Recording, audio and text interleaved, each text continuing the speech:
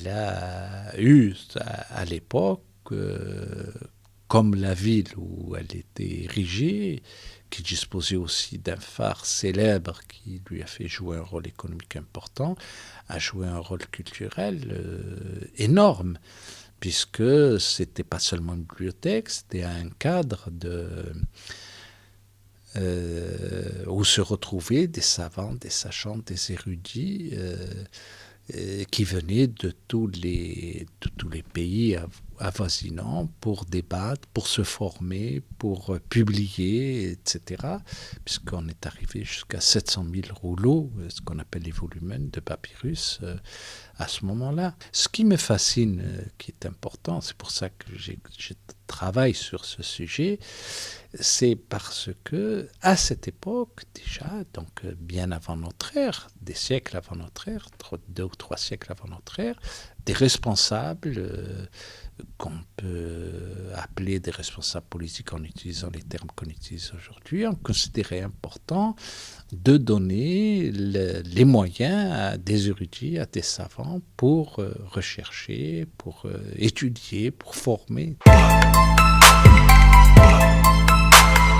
Il y a eu énormément de personnages, de personnalités qui ont traversé ces 7 siècles, parmi lesquels Archimède qui a fait les travaux, vous savez, qui est surtout quelqu'un qui a fait des travaux sur le plan théorique, mais surtout qui a mis en pratique ses recherches.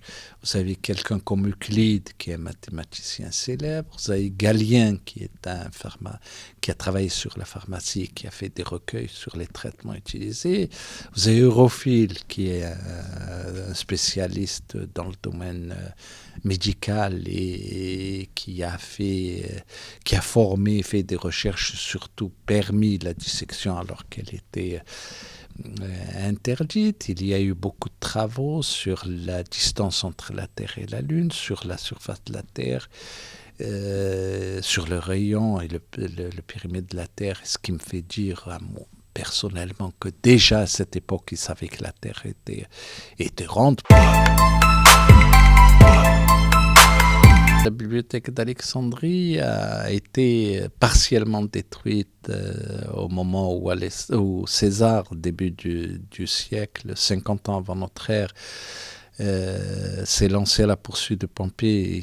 Il y a une bataille navale à Alexandrie. Et cette bataille était liée à des questions de pouvoir à Rome.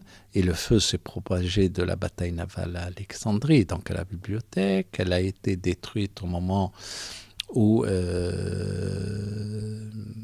la reine Zénobie de Palmyre est venue prendre possession d'Alexandrie et que les Romains ont voulu la déloger, et donc ça a donné lieu à des batailles et donc à des destructions. Elle a été aussi fortement touchée par le fait que